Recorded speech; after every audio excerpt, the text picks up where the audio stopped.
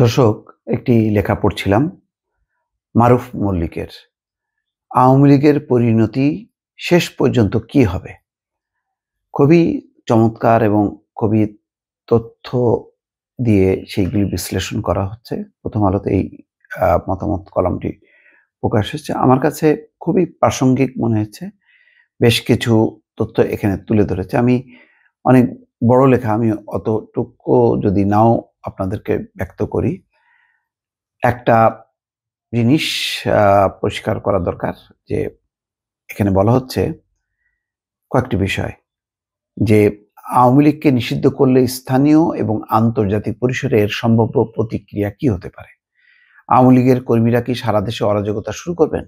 সবাই ঐক্যবদ্ধ থাকলে আওয়ামী লীগ সুবিধা করতে পারবে না। আর নিষিদ্ধ করে আওয়ামী লীগকে বাদ দিয়ে নির্বাচন সম্ভব এবং ওই নির্বাচন সারা বিশ্বে গ্রহণযোগ্য হবে। বলছে যে আর নিষিদ্ধ করে আওয়ামী লীগকে বাদ দিয়েও নির্বাচন সম্ভব এবং ওই নির্বাচন সারা বিশ্বে গ্রহণযোগ্য হবে। গণতান্ত্রিক পরিবেশে অবাধ ও সুষ্ঠু নির্বাচন যে কারো কাছে গ্রহণযোগ্য হতে বাধ্য। আর এখানে গণতান্ত্রিক আওয়ামী লীগ না, বরং একটি ফ্যাসিবাদী শক্তি আওয়ামী লীগকে নির্বাচনে বাইরে রাখার কথা বলা হচ্ছে, যাদের হাতে নিরীহ ছাত্র জনতার রক্তে লাল হয়ে আছে। এটা খুবই বাস্তব ভিত্তিক কথা। কারণ এখন যে আওয়ামী লীগ, এই আওয়ামী লীগের হাত হচ্ছে রক্তাক্ত। এই আওয়ামী লীগকে কিভাবে আমন্ত্রণ জানানো যায়? তারা আবার গণতন্ত্র যে অংশীদার হবে, নির্বাচন করবে, সেটা কি হতে পারে? এটা কি গণতান্ত্রিক আকাঙ্ক্ষার সাথে মিলল? মেলে না। এই যে তাহলে তো যে হিটলারের নাৎসি বাহিনী সহ অনেক কুখ্যাত দল আছে যারা বড় বড় গণ অভ্যুত্থানের পরে নিষিদ্ধ হয়েছে। তাহলে আওয়ামী লীগ কি তেমনটাই না? আওয়ামী লীগের যে পরিমাণ মামলা হয়েছে, যে পরিমাণ দুর্নীতি, অরাজকতা, তারপরে গুম, খুন, এই সমস্ত বিচার প্রক্রিয়া আগামী যখন নাকি কিছুদিনের মধ্যে শুরু হবে, তখন কি মনে হবে যে এই আওয়ামী লীগের রাজনীতি করা উচিত, এই আওয়ামী লীগের নির্বাচনে অংশ নেওয়া উচিত? মনে হবে? এই বিষয়টা কিন্তু পরিষ্কার। এখানে বলা হচ্ছে আওয়ামী লীগ তার গণতান্ত্রিক চরিত্র হারিয়েছে। দল হিসেবে আওয়ামী লীগ কখনোই গণতান্ত্রিক ছিল না।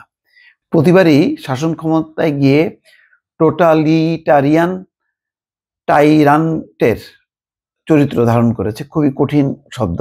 তো সহজ করে বলা যায় যে প্রতিবার তারা শাসন ক্ষমতায় যে একটা ফ্যাসিবাদী চরিত্র ধারণ করেছে। আওয়ামী লীগ ছাড়া নির্বাচন একপেশে হবে এমনটা ভাবার কোনো কারণ নেই। প্রয়োজনে নতুন দল গঠিত হবে। পূর্ববঙ্গে কংগ্রেস ও মুসলিম লীগ দুই প্রধান দল ছিল, কিন্তু এই অঞ্চলের মানুষের সুর ধরতে না পারার কারণে 1947 সালের পর কংগ্রেস আর ছিল না। এই শূন্যতা পূরণ করেছিল আওয়ামী লীগ। 47 থেকে 71 পর্যন্ত মুসলিম লীগও মানুষের মনের ভাব ধরতে পারেনি, তাই 71 সালের পর তারাও উধাও হয়ে যায়। এরপর এসেছিল জাসদ, তারাও পারেনি রাজনীতিকে ধারণ করতে। রাজনীতির পরিবর্তে হত্যা, ডাকাতি, বারবার অভ্যুত্থান করার চেষ্টা করে রাজনীতি থেকে দ্রুত হারিয়ে গেছে। ওই জায়গায় পরবর্তী সময় চলে আসে বিএনপি এবং এখনো টিকে আছে রাজনীতিতে। গত 15 বছরে আওয়ামী লীগ সাধারণ মানুষের মতামতকে তোয়াক্কা করেনি, তাই তাদের দেশ ছেড়ে পালাতে হয়েছে। দেশের কোনো দলকে এর আগে দল বেঁধে পালাতে হয়নি। পালিয়ে যাওয়া দল ফিরিয়ে আনার চেষ্টা করা এক ধরনের অবিনিশ্বকারী আচরণই বটে। মানে এটা একটা বৃথা চেষ্টা, যে দল পালায় চলে গেছে, সেই দলকে কিভাবে ফিরায় আনা হবে। তিনি বলছেন, আমাদের মনে রাখতে হবে আওয়ামী লীগ এখনো তৎপর। পরিস্থিতি অনুধাবন না করে দেশের বাইরে বসে নানাভাবেই তারা হুমকি দিচ্ছে। এই দলের হাত ধরে স্বাভাবিক রাজনীতি সম্ভব না। হ্যাঁ, নিষিদ্ধ হওয়ার পর এই দলের নেতাকর্মীরা বিভিন্ন নামে সংগঠিত হতে পারেন, নতুন দল করতে পারেন, কিন্তু চাইলেই তো তারা রাজনীতি করতে পারবে না, কারণ জাতীয় ও স্থানীয় পর্যায়ে কারা আওয়ামী লীগ করে এটা সবাই জানে। এদের পক্ষে নতুন করে সংগঠিত হওয়া সম্ভব নয়। নিষিদ্ধ ঘোষিত রাজনৈতিক দলের সদস্য হিসেবে তারাও রাজনীতি করার অধিকার হারাবেন। ফলে তাদের পক্ষে নতুন দল গঠন করা সহজ হবে না। এদের বাইরে একেবারে আনকরা নতুনদের দিয়ে দল গঠন করে প্রভাব বিস্তারও করা যাবে না। তবে সরকার ও রাজনৈতিক দলগুলো সুযোগ দিলে আওয়ামী লীগের রাজনীতি শুরু করতে পারবেন। অতীতেও পরিষ্কার ভাবমূর্তির জোহরা তাজউদ্দিনের হাত ধরে 1979 সালে আওয়ামী লীগ বাকশালকে পরিত্যাগ করে ফিরে এসেছিল, কিন্তু শেষ পর্যন্ত আওয়ামী লীগ আর পরিষ্কার থাকেনি। 1996 সালেই ক্ষমতায় এসে হাজী সেলিম, হাজী মকবুল, হাজারী, শামীম ওসমানদের মতো ব্যক্তিরা মাফিয়াতন্ত্র কায়েম করেছিল। এবারও পরিষ্কার ভাবমূর্তির লোকজনদের দিয়ে আওয়ামী লীগকে পুনর্বাসনের কথা বলা হচ্ছে, কিন্তু প্রকৃতিগতভাবেই দলটি ফ্যাসিবাদী আদর্শকে ধারণ করে আছে। এদের পক্ষে গণতান্ত্রিক হওয়া সম্ভব নয়। তাই রাজনৈতিক প্রতিষ্ঠান হিসেবে আওয়ামী লীগকে বিচারের মুখোমুখি করা ছাড়া কোনো বিকল্প নেই। খুব কঠিন একটি মতামত কলাম যে এই দলটা পুরোটাই তার প্রকৃতি পাল্টে গেছে, এটা একটা ফ্যাসিবাদী রূপ নিয়েছে, ফলে এদেরকে বিচারের মুখোমুখি ছাড়া আর কোনো সম্ভব না। এমন কেউ নেই যে বের হয়ে এসে এই দলকে পরিশুদ্ধ করবে এবং এইটা পরিশুদ্ধ দল হিসেবে আগামীতে যাবে। কারণ জোহরা তাজউদ্দিন সেটি করেছিল, কিন্তু সেই প্রচেষ্টা যখন শেখ হাসিনা আবার হাল ধরে তখন আবার সেই ফ্যাসিবাদী রূপ ধারণ করে। তো এখনো যদি নতুন কেউ এসে যদি হাল ধরে, পরবর্তীতে কি হবে? ওই পরাজিত শক্তি এসে আবার সেই এটাকে একটা ফ্যাসিবাদী দলে রূপ নেবে। শহীদ সাইদ, মুগ্ধ এবং রিকশায় ঝুলে থাকা গুলিবিদ্ধ নাফিস সহ হাজারো শহীদের মুখ যখন ভাসে, তখন আমরা আওয়ামী লীগের পুনর্বাসনের কথা ভাবতে পারি না।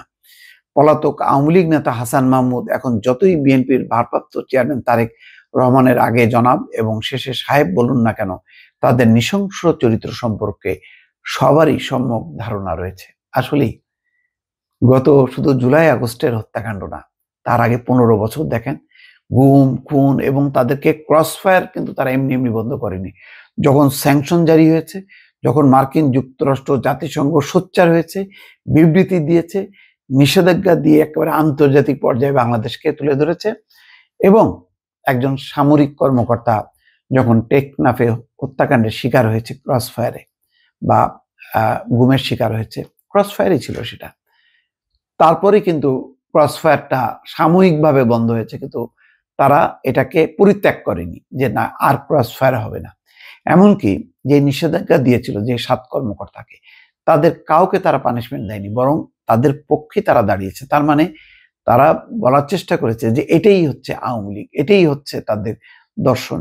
সুতরাং এই দল ক্ষমতায় থাকতে যে কি চেহারা, সেইটা স্বাধীনতার পরে দেখা গেছে, বাকশাল পর্যন্ত, 15ই আগস্ট পর্যন্ত। তারপরে 96 সালটা মোটামুটি একটা চরিত্র ছিল, কিন্তু তার মধ্যেও ওই যে জয়নাল হাজারী, হাজী সেলিম, হাজী মকবুল, শামীম ওসমানদের মতন মাফিয়াদের তারা জন্ম দিয়েছে। আর গত 15 বছর তো একেবারে প্রত্যন্ত অঞ্চলে অঞ্চলে হাজী সেলিম, হাজী মকবুল, হাজী শামীম ওসমান, সেলিম ওসমান, এই সমস্ত চিড়িয়া তারা জন্ম দিয়ে পুরো দেশটাকে তারা মাফিয়াতন্ত্র তৈরি করেছে।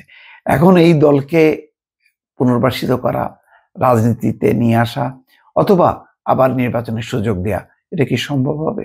এটা একটা বড় রাজনৈতিক প্রশ্ন, এবং এটি আমার ধারণা যে আন্দোলনকারী যারা শক্তি, তাদের মধ্যে অনেক ডিভিশন আছে, তাদের বিস্তারিত আলাপ আলোচনা করে এটার একটা রাজনৈতিক সমাধান যদি না হয়, তাহলে কিন্তু গণতান্ত্রিক রাজনীতির ভবিষ্যৎ অন্ধকার বলেই অনেকে মনে করছেন। দর্শক ভালো থাকবেন, আল্লাহ হাফেজ।